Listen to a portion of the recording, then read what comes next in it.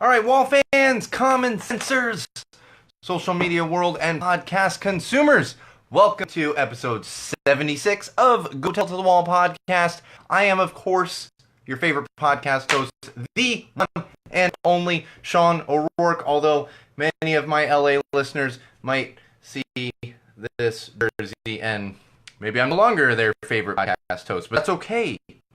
Look past it, it's just a game, and some of us are celebrating, fortunately at the expense of many people here in Los Angeles, California. But it happens, it's just a game. So, we got some good stuff tonight. I got a little bit of sports, obviously, not just World Series stuff, but also something important that many of you out there, if you don't follow sports, may not be aware of. So we're going to talk about that, unpack it a little bit. It's socially relevant, as per usual, and we've got tons of the usual common sense, some tech news, interesting tech news. The scooter wars continue, and of course some social trends going on right now. Really, I don't want to say most importantly because the Boston Red Sox are the 2018 World Series champions, but equally as important, I'm going to fill you in kind of my experience at Beach City Blitz this past weekend, which was just next level as far as entertainment, as far as kind of resetting my own personal mental health and everything else. So we're going to get into that, and hopefully if you are interested in festivals such as that's going to inspire you a little bit to head on out to the next one. In fact, one of the bands I'm going to be talking about is playing a show at the Glass House in Pomona on November 11th. That might be one for you to check out. I highly recommend the Glass House. I haven't been there in probably not quite 20 years, 15 years or so, but I highly recommend the Glass House. I think it's changed a little bit since then, but it's a great venue. So we're going to get into that. We're going to get into it. Stick around, get comfortable, grab yourself a drink, get a blanket, continue recovering from your Halloween madness that happened last night, I'm sure, and let's get into it.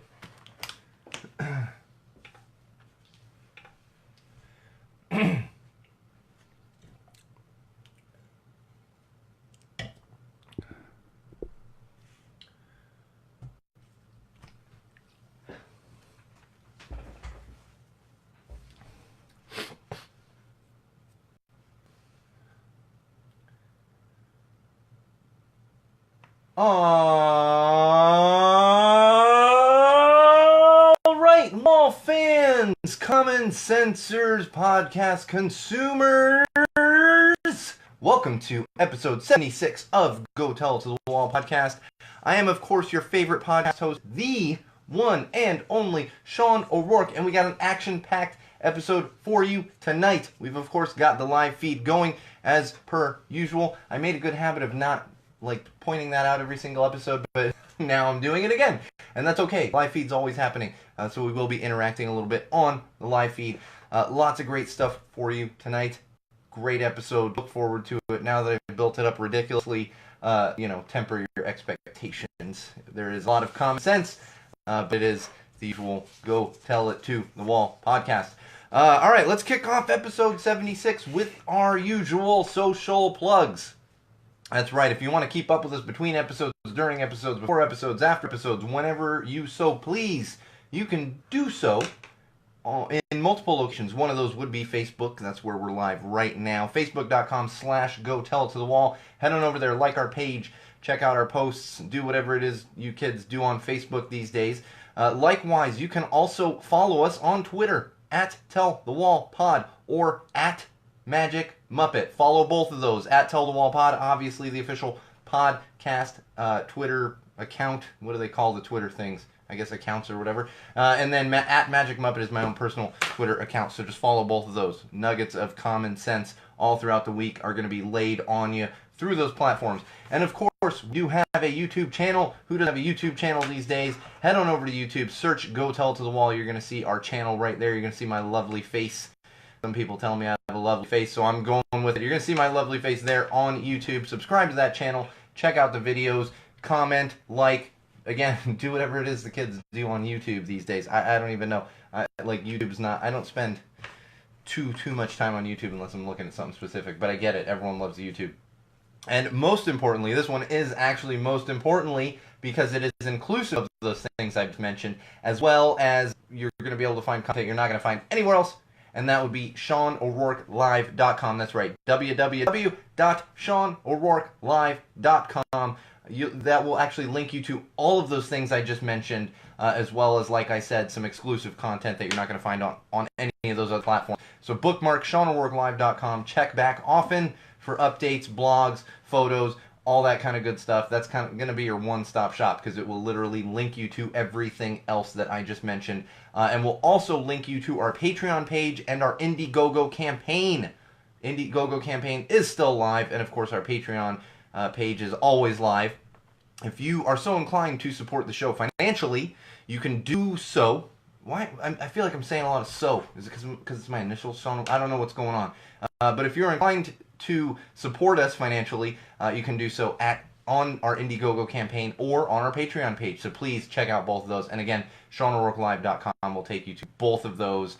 As I think the Patreon's on like all the other platforms too. You can just click the little orange P, and it's going to take you to the Patreon page where you can support us financially. $1, $2, anything helps. It helps us to grow. It helps us to keep this thing moving along, and it keeps me in beer and beard products. Not really. None of that money goes toward beer or beer products. It just doesn't, despite the fact that we do have beer on the podcast on a weekly basis.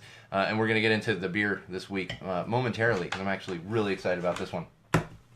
And like I said, I think that was in the teaser, actually. So those of you just listening to the audio didn't hear it. But the Boston Red Sox, congratulations to the Boston Red Sox. Congratulations to the city of Boston. And congratulations to all of the Boston Red Sox fans out there around the world.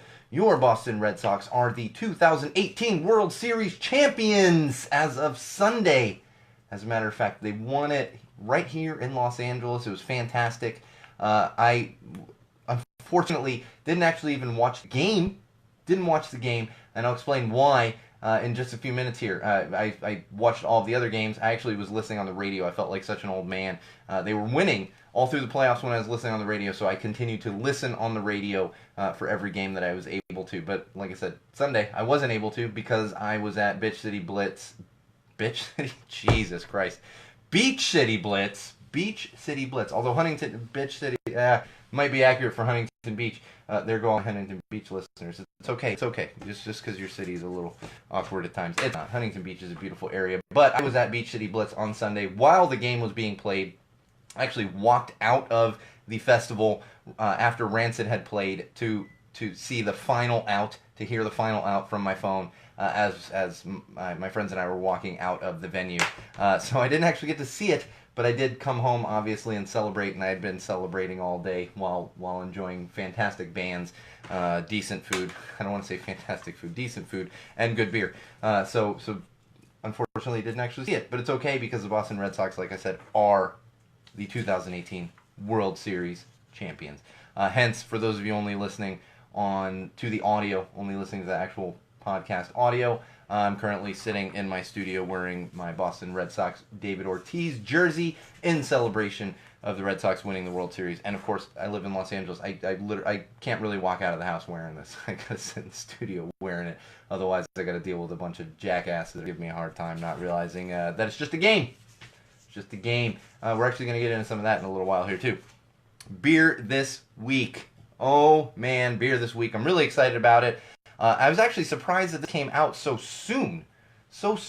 We've had a beer similar to this on the podcast at least once. I want to say we've done it twice. We might have had number 9 on, but I know we've had number 10, and that would be a tasty brew from Firestone Walker Brewing Company. It is called Luponic Distortion. And if you remember the last time we had, this is Luponic Distortion IPA series number 11. Recently, I want to say maybe a month, within the past 2 months, we did have number 10 on the podcast. And again, if you don't remember that, you're not familiar with it, the Firestone Walker does limited runs on this Luponic Distortion series, and then they number it each time they have a new one. So they're completely different beers. I mean, they're obviously IPAs. They're coming from the same brewery, but they're completely different as far as the hops and everything else that goes in there. And I just this week noticed that number 11 is already out. And it's funny, I was at, I can't even remember what store I was at, but they actually had some of the number 10 still, and then they had the number 11 sitting next to it. And it's usually you can't find the other one, like, by the time the new one comes out. It's much harder to find, but they're just kind of stacking them up on each other, probably knowing that this is tasty beer. People enjoy it. Highly, highly, highly recommend it. I recommend, regardless of if I have tried that particular number, I just know it's going to be good. And the past two have been just fantastic. This Luponic Distortion number 11 actually has some pineapple, guava, and lemon drop hints to it. And of course, if you're familiar with the podcast, I made my wife try this one before I headed into the studio. She didn't love it. Well, I don't want to. She liked it. She didn't love it. She said she wouldn't order it, but sometimes I hand her a beer, especially an IPA, a pale ale, and she makes a weird face afterward, and there's no weird face. So it's on the smoother side for IPAs. Has a little fruitiness to it. It's tasty. Check them out. Firestone Walker Brewing Company Luponic Distortion IPA Series number 11. Oh, and I'm just now realizing number 11 is like totally has become my lucky number the past 2 years because my daughter was born on November 11th, which would be 11, 11, 11, 11. So, yeah, there we go. It all just tied up nicely with a bow. Yeah. Oh, man. All right. Beach City Blitz. Before we get into the meat of everything, I want to fill you guys in on this. Now, if you're not a concert goer, you're not a festival fan, especially maybe not like a punk rock fan, you might not have enjoyed this. But me, I grew up going to concerts as a teenager. That's what we did. That's what my friends and I did when we were teenagers. Went to concerts like crazy. As I got older, I had less time for that. I don't have the time, and especially now that I have a toddler at home, even less time to do that. But these tickets popped up. I've talked about it a couple times on the podcast a couple months ago, and knowing that Rancid was going to be playing, as well as the Interrupters, which has quickly become my new absolute favorite band, and that was very much confirmed on Sunday with their performance. They put on a fantastic live show. They played earlier in the day, I want to say around like 2:30. I'm running into the venue, barely making it there. I was actually in San Diego for my buddy's wedding the night before, and I felt like a teenager getting dropped off at a concert because my wife, I drove up to the concert, got out of the car, my wife jumped in the car and headed the rest of the way home because this was in Huntington Beach. It's like probably more than halfway from where I was in San Diego to where I live in Los Angeles, in Highland Park, Los Angeles. So I literally just got dropped off for my concert, ran in there, caught the Interrupters, grabbed a beer on my way. Caught the Interrupters, definitely one of the best live shows I have ever seen. I can say that with confidence. They do a fantastic job. They have fantastic music. They are a fantastic band overall. And you knew that was coming because they've got the help from Tim Armstrong, who is the lead singer of Rancid. And he's really been pushing them and helping them with production of all their tracks and even directing their music videos. So highly, highly recommend the Interrupters. If you are in the Los Angeles area, they're actually playing a concert at the Glass House in Pomona on November 11th. That's a Sunday. They're playing a concert November 11th at the Glass House. It's my daughter's birthday. I'm not going to be going myself, but if you have the means, highly, highly recommend going to see the Interrupters. I wish I could be seeing them less than 2 weeks from now because they're on another level of fantastic bands. Between the lead singer, who's just fantastic, the guitarist, and the bassist and the drummer, and they do have a keyboardist who you don't see a lot of, but he was actually playing up there for the actual live show. Just had that. You don't see him like on the music videos and stuff, and they all just do it. It's such high energy. It's such a fantastic crowd. Everyone is just singing at the top of their lungs, dancing, having fun. In fact, I was there with my friend Laura and a few of her friends that I just met that day. And we're kind of like, oh yeah, we'll just. And even that morning, I was saying to my wife, was like, yeah, I'm just gonna kind of stay back. I'm a little too old to be crowd surfing and running into the circle pit and everything else. Well, 10 seconds into the Interrupters, my friend Laura starts working her way toward front, and I looked up. I said, well, I guess that's what I'm doing too. And I walk up, and I'm like 3 people away from the stage. I got one of the giant stacks of speakers just right pounding me in the head in a good way, yelling at the top of my lungs, bouncing around. I'm surprised I still have my voice. My legs are still hurting. I mean, this was Sunday. This was like 4 or 5 days ago. Legs still hurting. I learned quickly Monday morning I'm no longer a teenager. It was fantastic. I think Beach did a great job being on the Beach City Blitz. And of course, Rancid played later in the evening, which was definitely a much crazier set, where I was getting pushed around, had the movement of the circle pit right on me, flat, people are throwing water bottles, there's puffs of smoke going up everywhere, which was another fantastic thing. It just reminded me of being younger, puffs of cigarette smoke and puffs of marijuana smoke just flying everywhere, water bottles, which I don't condone, but water bottles flying everywhere, a couple different circle pits. and Tim Armstrong, along with Lars, putting on just a fantastic, fantastic show.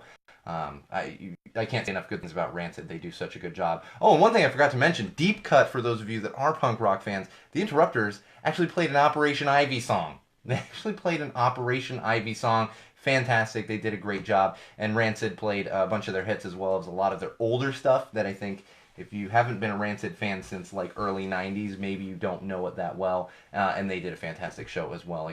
Adrenaline was pumping. Everyone was having a good time. And again, more singing at the top of my lungs, bouncing around. Can't say enough good things about Beach City Blitz. Of course, that is most likely because of the particular bands that were playing.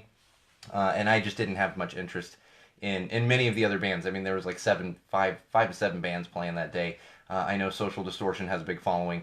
Black Rebel Motorcycle Club has a big following, as well as Bad Religion does. And I enjoy some Bad Religion and some Social D, but I wasn't going up there to get into the circle pits or anything like that for Bad Religion. Bad Religion, I will just side note before we move on, I will say their lead singer, I'm blanking on his name, and there's nothing wrong with being a little older and rocking out. I mean, Tim Armstrong's got to be about the same age, maybe a little younger, but he shaved his head completely bald, and I have a feeling that's because he was going bald. Well, the lead singer of Bad Religion is going quite bald, like George Jefferson status, which just like the kind of crown around the head. And nothing against getting old out there for all of you. Trust me, I'm getting there too. I'm talking about like recovering for 2 days from that concert, but just shave it off. Just shave it off. It's a little depressing to see the crown on a singer like that performing up on stage. And we're gonna next concert we can get to, we'll be promoting it and talking about it as much as possible, and hopefully getting out to another one of these shows very, very, very, very soon. And fortunately, the Interrupters are actually a Los Angeles band, so might have you probably a better chance if you are in Southern California of seeing them quite often. In fact, they were in San Diego the weekend before Beach City Blitz. They were playing the Scallywag Festival. Oh man. Can you tell I enjoyed Beach City Blitz? I mean, it's next level ridiculousness. All right, let's get into some social trends going around right now. Social trends. That's right. Today is actually hashtag World Vegan Day. That's right. Hashtag World Vegan Day, because, you know, we can't have a day without putting a hashtag in front of it, so it has to be hashtag World Vegan Day. That's happening today. If you're interested, check it out. I will say one thing. If you're not a vegan, just don't go search that hashtag.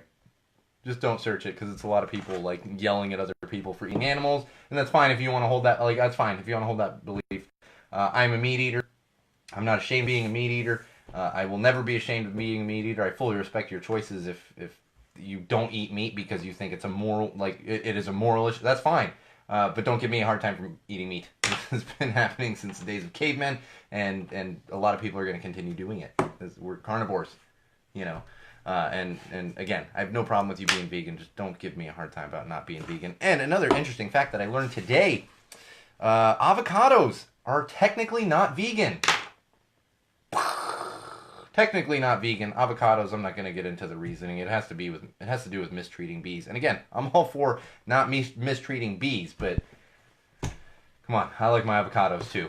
So many hipsters are going to weep around the Los Angeles area when they hear that, because avocado toast, not vegan. Not vegan. Although a lot of toast probably isn't vegan. Don't you use eggs to make bread, for God's sake? It's not vegan anyway. Like the hipsters that are vegan, you can't have avocado toast, man. What are you going to do for breakfast? Nothing. Coffee? Coffee's probably not vegan. That's what's funny too, because I know there's a lot of controversy around certain coffees and stuff and the conditions that people would put in to like pick that coffee. Let's work on that as well. I realize, mad respect to the bees. I get it. Mad respect to the bees. Don't mistreat bees. Let's not mistreat people either, you know, because that's kind of important too. It's kind of important. Another trending hashtag going around right now is a little bit sexist, but it's okay. I found enjoyment in it, and we're just going to put aside the sexist aspect of it for a second and enjoy the comedy of it. And that would be hashtag cooking instructions for men. Hashtag cooking instructions for men. Now, people are just having fun with it. And then, like, someone posted, hashtag cooking instructions for men. Him, how long should I cook this pizza? Me, using my shrill voice, oh my God, read the package. Now, I appreciate this. I can see there's a little bit of sexism in it. Just because you're a male, doesn't mean you can't cook. In fact, some of the best cooks that I know personally are men. They're male. It doesn't. I see the stereotype there. Men don't know how to cook. There's plenty of men that know how to cook. I think I do find it a little extra funny because I am not a cook myself. There's not much I can cook. In fact, I think 2 nights this week, my wife asked me what I wanted for dinner, and I was like, "Oh, I just make some nachos." Nachos are not an approved dinner item in my household for the most part, because it's not very nutritious. So for me, yes, I get it. I can't cook myself. I can I can cook a couple things, and I can barbecue, but I can't cook like nice things. I can make some eggs. I can make a couple things. But I'm not a cook myself, so I found some enjoyment, some comedy in that. And this one I really found some comedy in, and this one I would recommend searching the hashtag if you want a good laugh this evening or anytime this week, whatever it might be. And that would be hashtag unusual Netflix categories. That's right. Hashtag unusual Netflix categories. This one, see, what they're trying to say is Netflix categories that are unusual, because you go on there and you see like comedy and drama, and I don't know. I don't pay attention to the categories on Netflix. I literally just search the specific shows I'm looking at on my list and done. But I get it. The categories when you're trying to search through. So this one I found very, very funny. And this tweet in particular from someone whose name I just literally can't say. It has too many X's in it for me to even be able to pronounce it. And it's not an ethnic word. It's somebody Oxstay. Yeah, it's not. It's not someone's name that I'm disrespecting and trying not to butcher here. It's just some weird, probably a millennial thing, but it's okay because I found this tweet enjoyable. And that would be hashtag unusual Netflix categories, awkwardly long sex scenes to avoid with family. That would actually be a useful Netflix category. I don't know that I would go and click on things to watch in that next Netflix category, but if someone created a site that said, hey, because there are films out there where you don't think, and then suddenly you're watching it with, and I'm talking like my age. I'm in my 30s. I'm talking like my age, and you're watching it it's still awkward. You don't want to be sitting there watching it with your mother, or your father, your grandmother, whatever it might be, and just suddenly you're in this like, oh my, that is a very graphic sex scene that I'm sitting here watching with my parents or some relative. In fact, that happened to me when I was a teenager back in Chicago. We were back there for probably the holidays or something, and it was just me and my grandmother at her house. Everyone else was off doing something, and she's like, oh, let's rent a movie. So we go rent a movie, and I pick up Any Given Sunday. We pick up Any Given Sunday. If you haven't seen this movie, I'm not saying you need to go out and watch it right away, but there is a scene where they're having a giant party and everyone's doing a bunch of coke and there's a bunch of naked women. It's a whole thing, like guys are doing coke off of women's boobs, and I'm sitting there watching it with my grandmother as a teenager. Like, oh god. Late teens, fortunately, that would have been real awkward for like 12-year-old Sean, but late teens at least. But nonetheless, so quite awkward. Check that one out. Again, hashtag unusual Netflix categories. Let's move on to some TV, film, and books. Man, Beach City Blitz just pushed it. Like, we're already behind on things right now. That's okay. We don't really I don't know what's going on with the live feed. I think everyone is recovering from Halloween, understandably. And that's okay. That's okay. Just go to sleep, recover from Halloween. You can listen. You can check out the live feed once it gets posted, or listen to the audio once that gets posted, which happens every Friday morning. Well, every Friday we miss an episode here and there, but every Friday morning after we record, that bad boy goes up there for your listening, subscribing, and sharing pleasures. Like I said, TV, film, and books. I talked about last week. Modern Family. Or I think I talked about 2 weeks ago. I don't know, whenever it was. They had a death of a cast member, and I'm not going to spoil anything right now, but if you're super crazy on spoilers, just skip like 30 seconds, because I will tell everyone, it's not as big of a character as we were all kind of led to believe. It is a main character, but it's not a main character that you see in every single episode, so keep that in mind. They did do a nice job with it, and I don't want to say I'm disappointed, but when they talked about this a couple months ago, it was like, oh my gosh, there's going to be a huge main character. No, it's a main character, but not a character you see every single episode. We got some Netflix news. Speaking of Netflix and awkward Netflix categories, they actually have a few films that are going to be hitting theaters. They have theatrical releases for 3 films coming up here. Those 3 films specifically would be, I don't have my glasses on. Roma, which is from the Coen brothers. Burr, Bird Box, which features Sandra Bullock, stars Sandra Bullock. And there's also another one. Oh, The Ballad of Buster Scruggs. Ballad of Buster Scruggs. So those three films are actually they're Netflix films. They're going to be hitting theaters here soon. And the interesting thing is Netflix has put a couple of films in theaters before. What they're doing for these particular releases is they're not going to put it live on Netflix at the same time that it goes into theaters. It's only going to be in theaters, and then it will go on Netflix a little while after its theatrical run, which is kind of the traditional model if you're familiar with that industry. You have a theatrical window, then you have a home window, and they're doing a theatrical window as opposed to having both at the same time. And you might be asking yourself, why are they doing this? Or you know why they're doing it, and you're listening, and you're like, oh yeah, that makes sense. The reason they're doing this is to generate Oscar buzz and to make these films qualify for the Oscars, because there are specifics about films that qualify for the Oscars and having theatrical releases within a certain time period, and that's what's happening here. So Netflix is making a big push to they had some nominated films last year, haven't actually won an Academy Award for any of those films, and they're really pushing for that this year, and I'm sure it's just a matter of time before Netflix does win an Academy Award for something original. It's going to be the same thing with Amazon. I mean, they've already done it with oh my gosh, Emmys, television shows that they've done, not full-length movies, but television shows. So it's just expanding, more content than you know what to do with. We talked about Apple a couple weeks ago and the new content that's coming from them. It's content overload.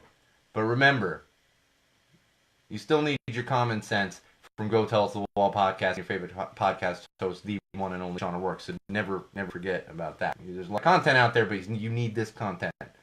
Everybody should have this content. I wish the Orange Menace would get this content.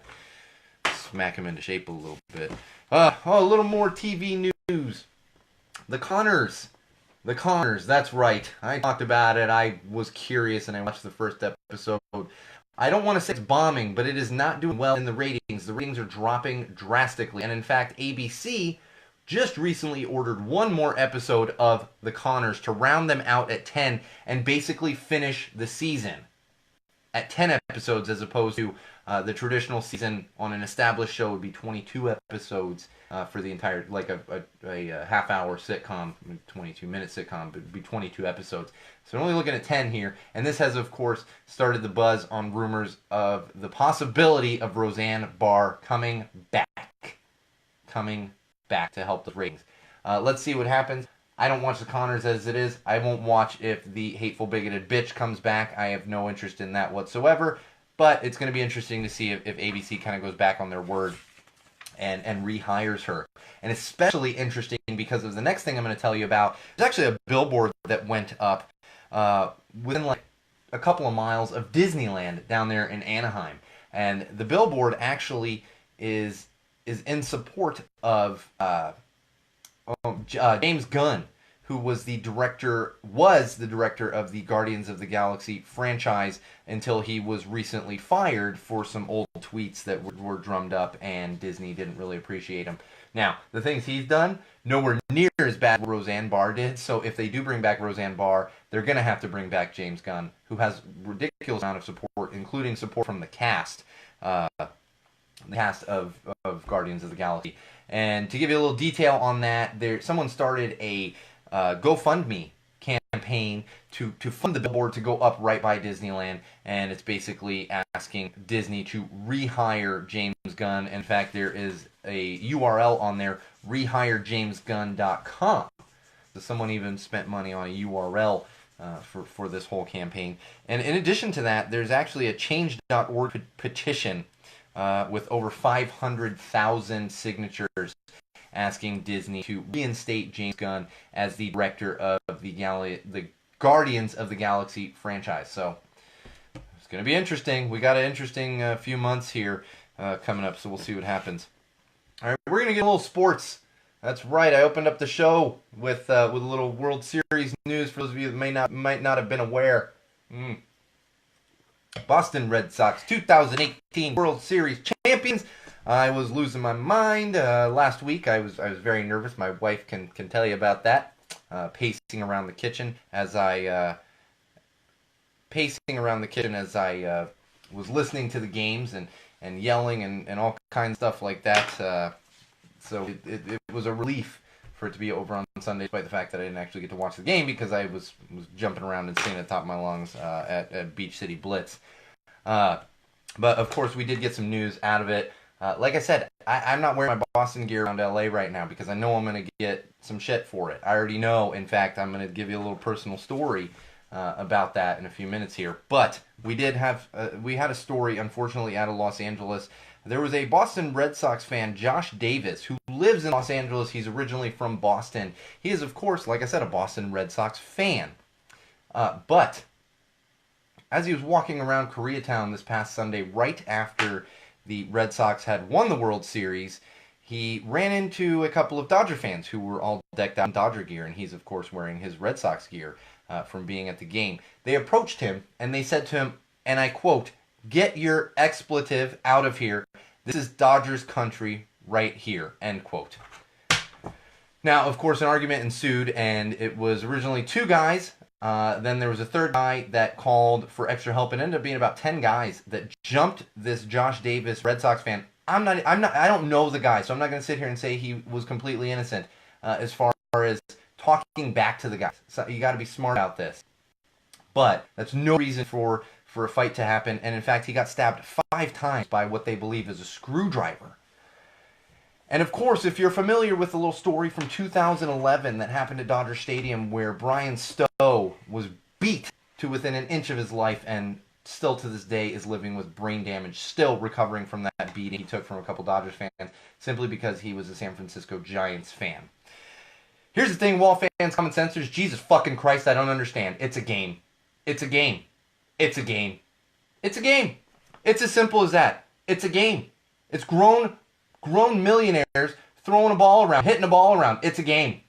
Nobody should be beat up for this. Nobody's life should be at risk for this. It's a fucking game. But unfortunately, in a lot of towns, and I'm not saying Boston's innocent, I'm not saying Chicago's innocent, I'm not saying anywhere's innocent, but in Los Angeles, you cannot wear Boston Red Sox gear right now. Because at the very least, you're going to get chided.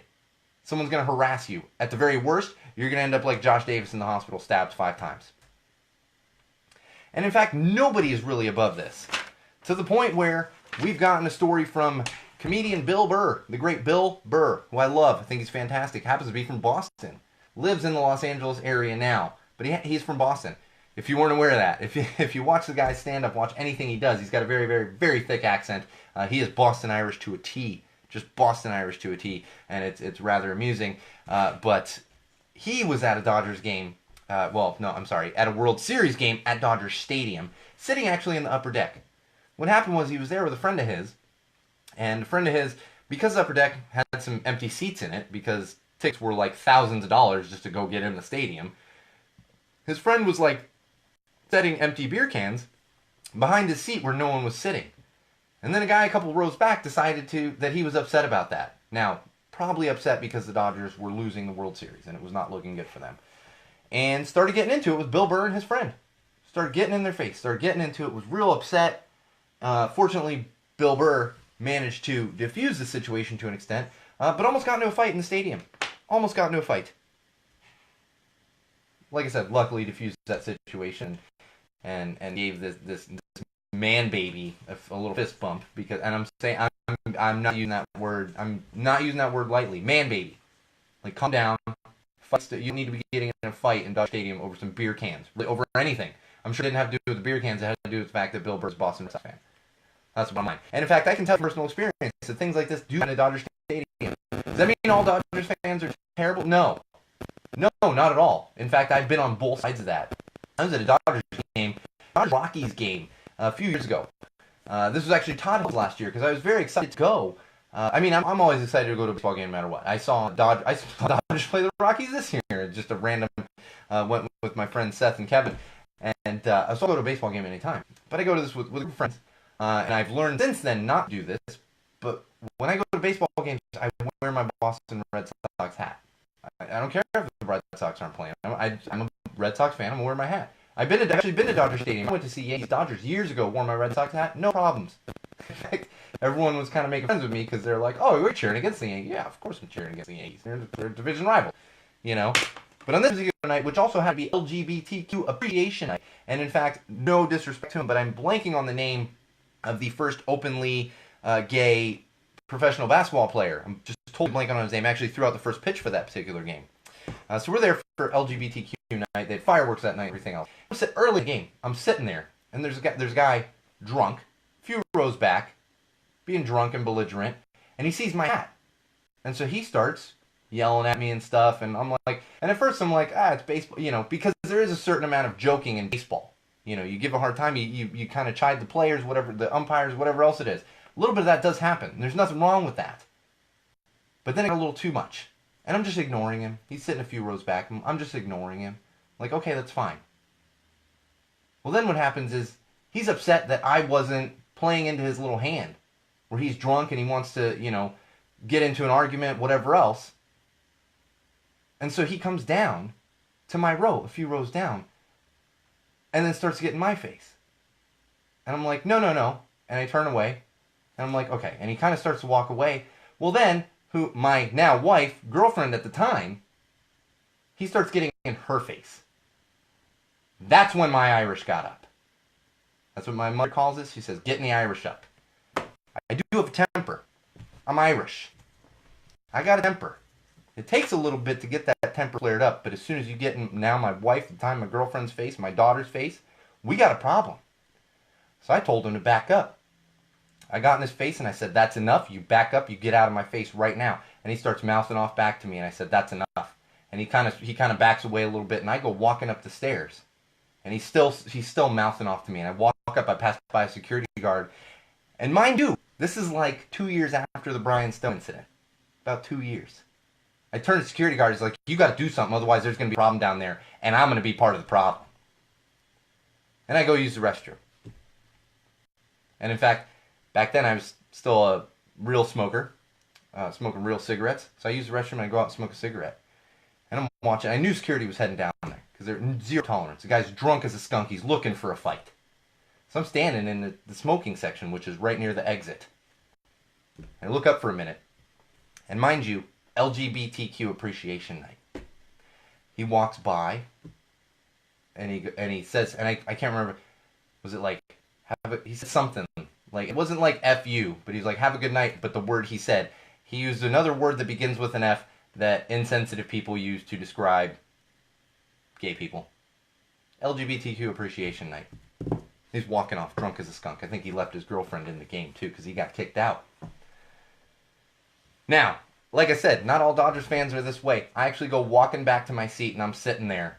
And I hear a few rows back, and I'm like, hey, Boston, hey, Boston. And I'm like, oh, man, I put my head down. Hey, Boston, Boston. And in fact, I should say, I was walking back to my seat, and a couple older fans had said to me, we're not all like that. We want you here. And I'm like, okay. And I'm hearing this, hey, Boston, hey, Boston. And, after a few, I turn on and I'm doing the, oh, God. I turn around, I'm like, who wants it now? And I turn around, and there's like 5-6 people a few rows back, and they start clapping for me. And they're like, thank you. And I think what happened was the guy was being obnoxious to everybody. Nobody wanted the guy there. And they were very happy that he got kicked out, and probably was glad that they're not getting an even worse reputation as Dodgers fans and as the Dodgers team themselves, interestingly. So be careful out there, Red Sox fans, if you live in Los Angeles. It's not smart to be wearing your Red Sox gear right now. Just not. It's just not. I will be completely honest with everyone. I was avoiding it, and I didn't do it Sunday night because I got home too late. But then some neighbors were being obnoxious on Monday, and I didn't say anything to them. But I might have blasted a little Dropkick Murphys shipping up to Boston from my front porch. That was the extent of my obnoxiousness. Other than that, I've been keeping my mouth shut. I got friends that are Dodgers fans. Mad respect to the Dodgers, that baseball team, and to my friends that are fans. No respect to the fans that get a little too ridiculous. It's still a game. Still a game. That's all it is. It's a game. Your team loses, you don't get any money. Your team wins, you're not getting any money. It's a pride thing. The next day, everyone going back to work, and that's it. We're done with it. Man. This one other thing I do want to talk with you about is if most likely, unless you're a sports, especially a college football fan, you're not going to be aware of this.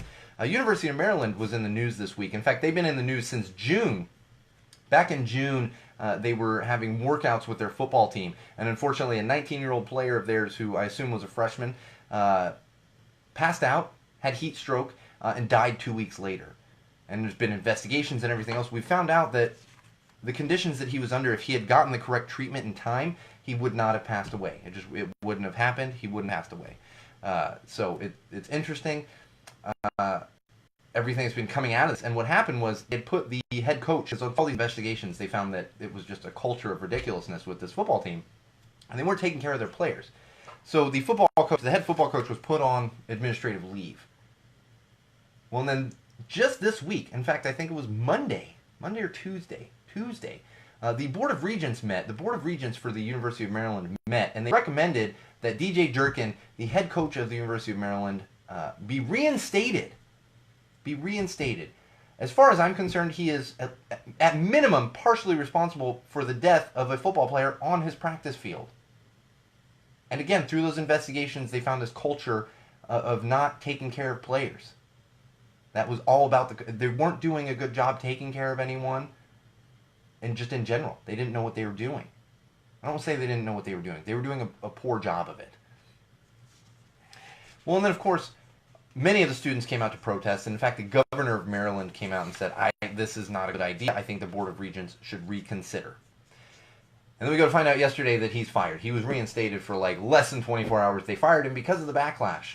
Here's what's ridiculous about college sports. We talk about athletes and everything else, but you have these Board of Regents that sit at each of these colleges, and all they see is dollar signs. All they see is dollar signs and the popularity of their sports programs. So to this Board of Regents in the state of Maryland, not the integrity, but the popularity of the football program, the success of the football program is more important than the lives of the players that come to play for the football program. And play for free, mind you. Granted, many of them have scholarships, but they don't get paid to play football for that university while generating millions. I'm not even kidding. Millions of dollars for the university. Other universities, billions. University of Texas, billions. Alabama, billions. And they put their lives on the line, and these coaches don't care.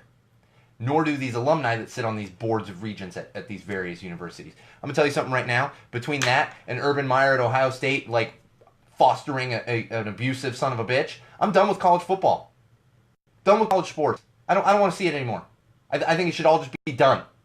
Create minor leagues for anyone coming out of high school and just eliminate college sports completely.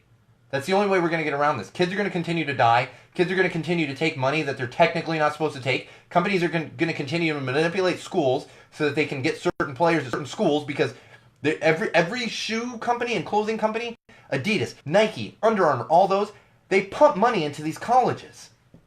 And then they pay players to go to those colleges. It's literally happening right now with college basketball. The FBI has been investigating it for years, and we're getting pieces coming out from this all over the place.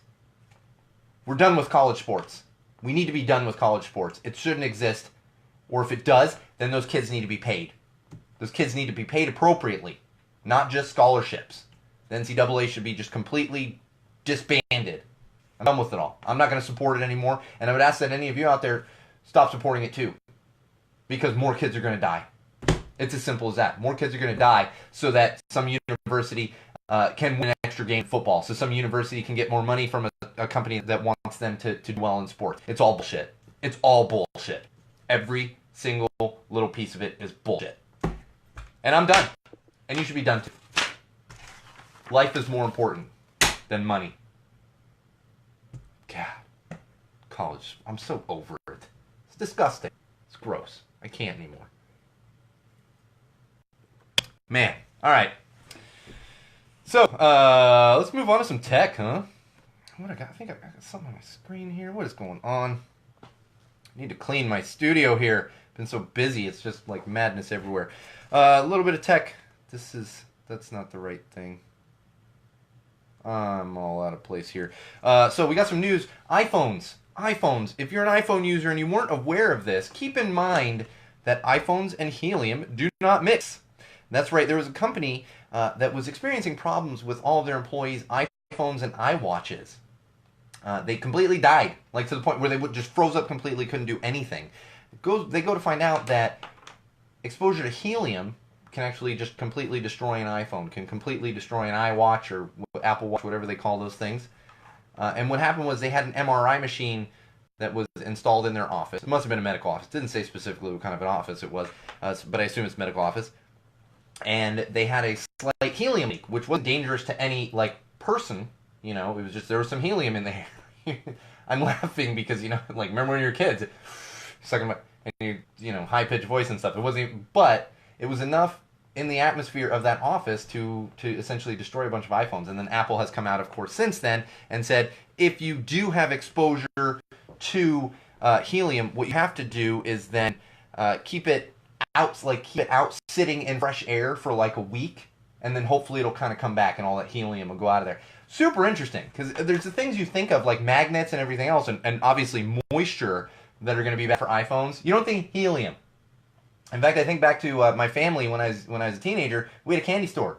I was filling helium balloons constantly. Now, of course, cell phones didn't even exist back then. I mean, the pagers, we were barely getting it. Well, they existed, but not. It wasn't that everybody on Earth has a cell phone. Like 10-year-olds have cell phones. It wasn't like that back in the '90s when I was in high school. It's a little different now. But keep your iPhones away from that helium, especially if you're sucking on helium balloons or maybe doing other things that you shouldn't be doing with helium. That's CO2. I'm not dumb. I was hip once too, kids. We got some news from the Proud Boys. You familiar with the Proud Boys?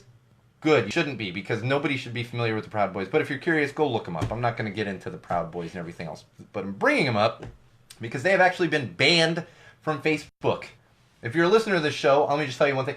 You don't associate with the Proud Boys. You don't want to have anything to do with the Proud Boys at all. So really, I'll leave it at that. If you're more curious, go ahead and Google it and stuff. But Facebook has actually banned them completely from Facebook as well as Instagram, because remember, Facebook owns Instagram. And I'm going to give you their exact... Is that the right one? Yeah. I'm going to give you Facebook's exact statement regarding the Proud Boys. And I quote, "Our team continues to study trends in organized hate and hate speech and works with partners to better understand hate organizations as they evolve. We ban these organizations and individuals from our platform and also remove all praise and support when we become aware of it. We will continue to review content, pages, and people that violate our policies, take action against hate speech and hate organizations to help keep our community safe." End quote. That is Facebook's specific statement. It's rare that I say this, but good on you, Facebook. I don't think Twitter has caught up with this one yet, although Jack, he's not doing much as far as policing everything going on Twitter, because we're still seeing stuff from InfoWars. But good on you. Hopefully this will put a big dent into the Proud Boys. And apparently they do most of their recruiting through those platforms, through Facebook and Instagram and everything else. So hopefully that puts a big dent in that, because we need to work against these hate groups. They're popping up all over the place. And the thing is, there's more love in this country and in this world than there is hate. We just need to uncover that love. Uncover that and educate people. And remember, I can't believe I didn't even say it at the top of the show, vote. For the love of God, vote. Next Tuesday, vote. If you're listening to this, I would say vote for whoever you want, but if you're listening to this podcast, you're probably voting for, I'm not trying to sway your vote. Just vote. Make your voice heard. I was one of those people that never used to vote. Never used to vote. I vote every goddamn time now. Every goddamn time. Vote next Tuesday. Vote for cousin. If you're in Texas, vote for cousin Beto. Please vote for cousin Beto. God, I will dance on my roof if he wins next Tuesday. I will dance on my roof if he wins next Tuesday. I'm telling you right now. Hold me to it, Wall fans. Hold me to it, Wall fans of Common Sense. I'm dancing on my roof. Not even exaggerating. Oh, we got some news from Samsung. They confirmed something that we've kind of long known was going to be coming at some point, but they have officially confirmed it, and we know it's coming in 2019, and that would be foldable screens. Hey, Nate. How's it going? Foldable screens coming to Samsung in 2019, so look forward to that.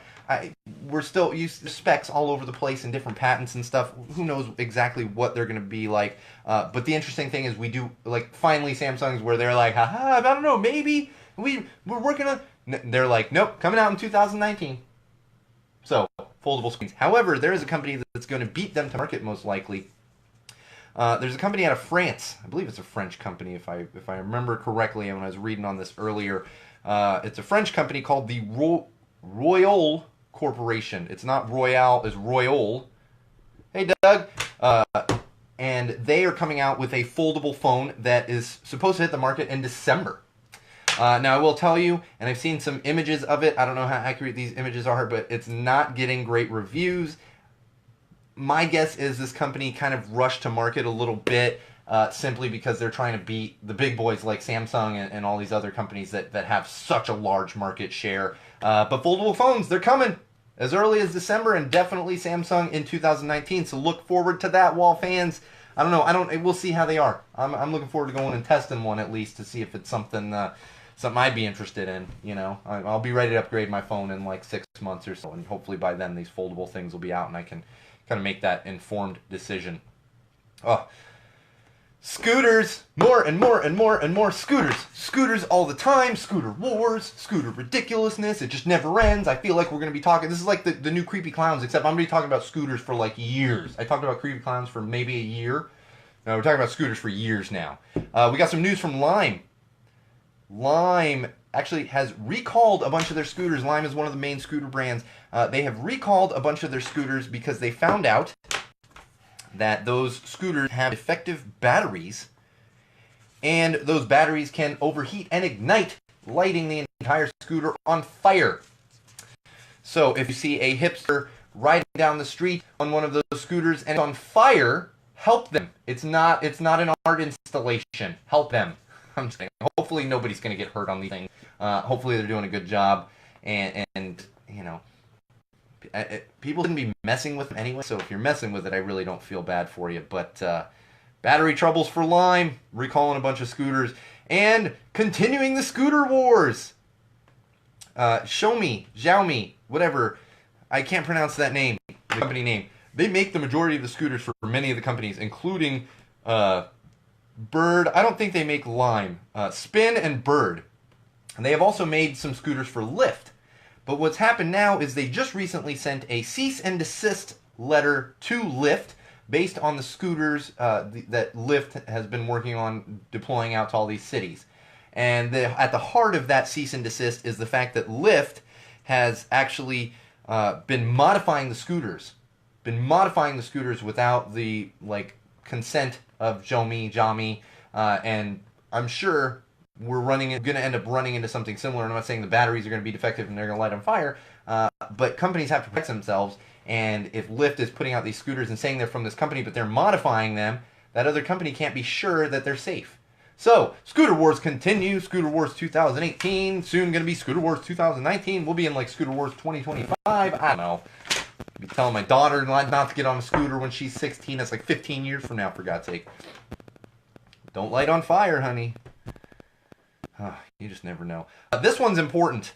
All of you out there, if you have Spotify, if you're a Spotify family member, which I imagine is Spotify Premium or whatever specifically they call it, I have it, but that's my wife was added to my brother-in-law Dante's account. So we weren't eligible for it, but he was. If you're like the head of that account or whatever, and you have a Spotify Premium account, you're actually eligible for a free Google Home Mini starting today, starting November 1st. You go on, just Google it. You go on a specific site, and you can actually order a free Google Home Mini. I think those things cost like $49 at full price. You can catch them on sale for like $29, quite a bit. So it's like at the very least a $29 savings for you. I've always recommended the Google Home. It can be a pain in the butt sometimes. Trust me. I have one in my kitchen and one in my living room, and I swear to God, I'll be like in my living room next to the one in the living room, and it's not even close to the kitchen. And the kitchen thinks I'm talking to the kitchen one instead of it's a whole thing. But if you're talking free, have fun with it. Listen to Spotify through your Google Home Mini. Especially like I said, if you've got it, just get one. Give it to your parents, give it to your friend, whatever. Just go take advantage of this deal because it's available. Like I said, starting today, November 1st. Oh, all right, let's move on to some common sense. We are running short on time here, but we gotta finish up, get through it. Oh man, gotta remember to take off my my Boston jersey before I walk outside after I leave the studio. Some sniper hit me like pew pew. No Red Sox fans around here. This is Dodgers country. Give me a break. That's what's funny too. It's like when you go to so twofold about that. Let me just go back. We get a little tangented here and go back to that. There's two things about that. Los Angeles, I realize there's a lot of natives here. People that were born here, grew up here, and everything else. However, in big cities like Los Angeles, you have a ton of transplants that have moved here as adults and didn't grow up watching the Dodgers. So they are most likely fans of other teams. On top of that, you go to other cities. Like, let's say you go to New York. New York is a car ride away from a bunch of other big cities right there. They're so close. So everyone here in California, they think like, no, you got to be a Dodgers fan. You got to be a Rams fan. You got to be a Lakers fan. How you got two football teams, two basketball teams, technically two hockey teams. Nobody should be a fan of the Ducks, but technically two hockey teams, technically two baseball teams. Nobody should be a fan of the Angels. No disrespect to those teams, but it's freaking Anaheim. It's not Los Angeles. You know? Why does it have to be Dodger country? Give me a break. Grow up. Grow up. Little freaking bubble. Done. I'm done with it. It makes me sick. Who cares? One of my best friends is a Dodgers fan. We were texting during the series. One of their best friends, Yankees fan from New York. Do we chide each other about it and make like joke around? Yeah. We ever gonna cut blows up? No. It's a freaking name. Come on. You can still be friends. Let your friend cheer for another team. Let your neighbor. Who cares? It's not affecting you. Plus, with Los Angeles, you're probably going to get a Rams Super Bowl win anyway. Just call it a day. God, I swear to God, I hope the Pats don't make this. If the Rams make the Super Bowl, I hope to God the Pats don't make the Super Bowl. Because then I won't be able to wear Pats gear for... Even if they lose, I won't be able to wear it. Because everyone here is kind of a jackass.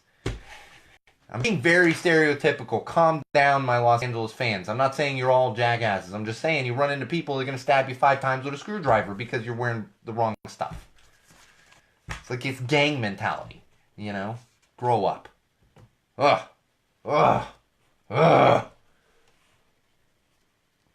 Man, I feel like that reminds me, I feel like Ja Rule is in the news recently about something. Well, I'm just not on, it's so hard to keep track of everything. I'm not up on that. Anyway, let's get into some more common sense here. We have a petition that's floating around. It is a petition that's eventually going to go to the White House. It's going to be addressed to the White House. And this has, so far, has garnered 40,000 signatures. Catch up with the whole James Gunn thing, 500,000 signatures, 40,000.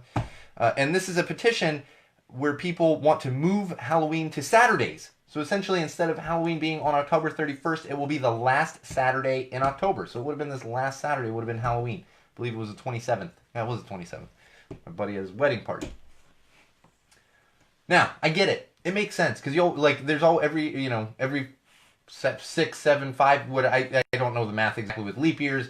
But with however many years, because it's not 7 years, it's, with leap years, it shifts around a little more. When it does happen on Saturday, you're like, sweet, it's Saturday. I remember the last one was on Saturday. It was 2015, because my wife and I were in Hawaii. We got back from Hawaii on Halloween. It was a Saturday. Yeah, I remember that well. And I get it. It makes sense. Everyone's so excited. They're like, it's on a Saturday. We're going to have so much fun and all this.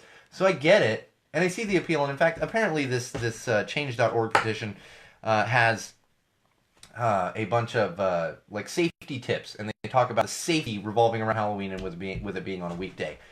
I will, and I'm behind it. If there was, I'd be like, okay, there's 2 things not wrong with this, but there's 2 caveats to this. Halloween is not a federal holiday, so this isn't something that the White House would mandate. They did this years ago. I believe before I was born. I might have already been alive, but I was younger. Because I want to say it was the early 70s, whenever they did it, and they moved all of those federal holidays, like Memorial Day, Veterans Day and stuff, they moved them to, the observed holiday to a Monday to create all these 3-day weekends, which totally makes sense. But with Halloween, I see it. I see the appeal of a Saturday. Here's the thing I want to point out to all these people, and I want to point out to all you out there, wall fans and common sensors. The advantage of Halloween being on a weekday, like a Tuesday or Wednesday, this year it was on a Wednesday, is what happens is the weekend before, people still have parties. The weekend before Halloween, or the weekend closest to Halloween, ends up the Halloween party weekend de facto. Now think about it. If Halloween's always on a Saturday, yes, Halloween party on a Saturday. But if you have kids, you're kind of stuck not stuck. I love trick-or-treating. I love handing out candy. I love trick-or-treating. It was fantastic last night. Last year, my daughter was in a stroller. This year, she was able to walk, and she's like, got a couple trick-or-treats out of her. She loved it. She was like mind blown that these people are giving her candy. A little scary. Because I'm like, okay, you can't do this all the time. But mind blown that people are giving her candy. So I love that. But the advantage for some parents is, if Halloween's on a Tuesday, all those Halloween parties are going to happen on Sunday, or on the weekend, on Saturday. And those are most likely adult Halloween parties. I don't mean like weird adult, like eyes wide shut parties, but Halloween parties with drinking for adults, parties at bars. If you're a parent, you get a babysitter for that Saturday. You can go party with your friends and kind of have an adult Halloween, and then you can still take your kids trick-or-treating on the actual Halloween. Now, if you don't have kids, who cares? But there's the advantage to families and people that have kids. I see both sides of it, but I don't know. I don't really know where I fall on it. I guess I really don't care either way. Like, whatever happens, happens. That's where I stand on it, I guess.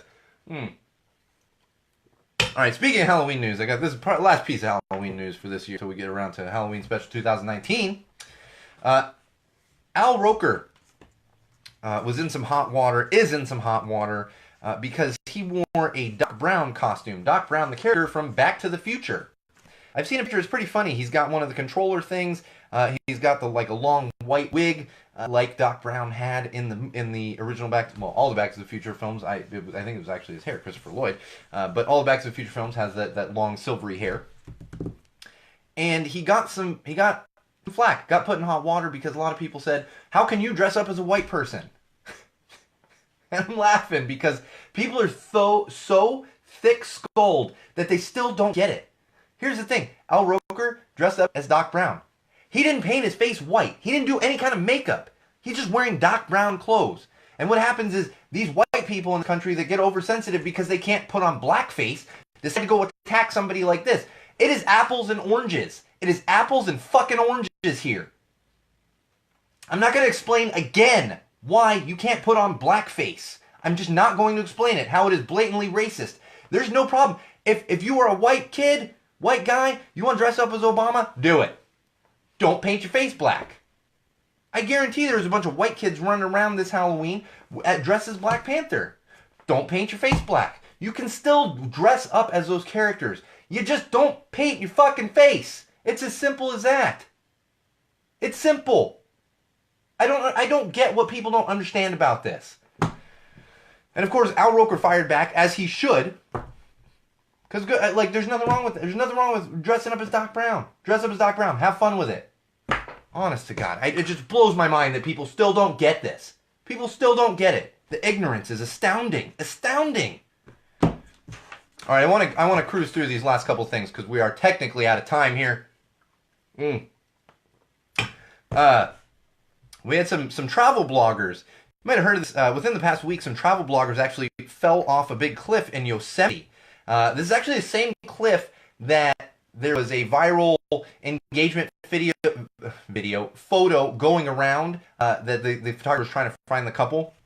Same cliff, just within the past week, these two travel bloggers were trying to take a selfie on this cliff in Yosemite, fell off the cliff. The crazy thing is, like a couple of days before that, one of this travel blogger couple, one of them had asked, and I quote, "Is our life worth a photo?" No, it is not. It's not. And again, we've talked about this multiple times. All the time I talk about it. Selfies kill. Stop. Just stop. Pictures are not that important. They're not worth your life. Not worth it. Period. Let's see. Oh, we have an open letter that came out this week. I'm not going to read the entirety of the letter, but it was a letter sent to the Orange Menace, and it was signed by over 50 large companies in our country. Those companies include Apple, Google, Facebook, and Microsoft, among many, many others. These companies sent this letter expressing their displeasure with the redefining of gender that the Orange Menace is working on right now, which is completely hateful. I don't want to get into details on it because bottom line, this isn't something I feel like I should even have to be talking about because it's common sense that we respect everyone. We respect everyone in this country, we respect everyone in this world, and good on ya. Google, Apple, Microsoft, Facebook, all these companies, among many others, for taking a stand. And we all need to take a stand because the Orange Menace is ruining this country. Ruining it. Like, we just watch it happen on a daily basis and he's ruining it. Vote. Vote next Tuesday. For the love of God, vote. Vote as if your lives depended on it, because, you know what? They do. We're at the point where your lives do depend on you voting next week. Oh, and I feel like I'd be remiss if I didn't talk about this. We had 1,000+ employees walk out of Google really around the world today, and they staged this Google walkout to protest Google's handling of sexual misconduct accusations in the workplace. And I think they're going to make a difference, because one of the Google executives came out and said, we have obviously made some mistakes in the past. So hopefully some good is going to come out of that. We got some news. Amazon, Target, and a bunch of other retailers are starting Black Friday early. In fact, I use the Target app for shopping at Target, because I go in there and I do the whole, I don't know, whatever that thing is. There's like a dog, and you got to do a thing, and you scan the things, and you save some money, and it's a whole thing. I got Black Friday notifications today. It's November 1st. Get out of here with that shit, companies. Now I don't want to buy anything for Christmas at Target, Amazon, or any of these other things. Unfortunately, I'm going to freaking have to, because where else am I going to buy stuff like that? But, like, stop the war on Thanksgiving. Stop the war on Thanksgiving. Thanksgiving's, like, super early this year, too. Can we calm it down a little? We live in such a consumerist society. Everything revolves around things and consumerism and spending money. Let's just enjoy the company of each other for a minute. Don't worry about what you're going to buy a bunch of people. Don't worry about getting a new TV. Talked about that on the podcast before. Black Friday is actually not the cheapest time to get a television. Go get yourself one at the end of January. You got to have a television. And just enjoy the holidays. Enjoy your family. Enjoy your friends. Enjoy, whatever it is. Enjoy the holidays. Calm down on the consumerism. Because it's just gross. I'm over it. It's just gross. It's disgusting. It's gross. And they do this earlier and earlier every year. I was getting hit with Christmas commercials today already, and it's and honestly, like, it's ridiculous. That doesn't make me as upset, because it's like, fine, you want to like advertise Christmas, like there was a Miller Lite commercial, and it's like, fine, you want to make it holidayed out, that's fine. But when it revolves around consumerism, that's where I'm like, nope, makes me want to throw up. I'm done. I don't want to do it. I'm done. No more of that. Yeah. On that note, Wall fans, common sensors, podcast consumers, that's going to do it for episode 76 of Go Tell It to the Wall podcast. Remember, you can follow us on Twitter at Tell the Wall Pod or at Magic Muppet. Like our page on Facebook, facebook.com/Go Tell It to the Wall. And of course, we have our YouTube channel. Head on over to YouTube, search Go Tell It to the Wall. You'll see my lovely face right there. And most importantly of all those things, all inclusive of those things, would be SeanO'RourkeLive.com. Head on over there, bookmark it, check back often for updates, exclusive stuff you're not going to find on any of those other platforms. All right, Wall fans, common sensors, podcast consumers, as always, I want to say I love you all. I hope you enjoyed your Halloween. I hope you are thus far enjoying your November. Please make sure you subscribe, like, share, tell your friends, because I appreciate you all. And I know, it's tough to do this. It's also it's much easier when I have the listenership that we do. We have started top 10,000 per episode, and I want to continue growing beyond that. So please help us out there. This has been episode 76 of Go Tell It to the Wall podcast. I'm your favorite podcast host, the one and only Sean O'Rourke, still reveling in a Red Sox World Series win. And remember, Wall fans, common sensors, no matter what you do, no matter where you go, no matter who you're with, and no matter why you are doing it, always use common sense.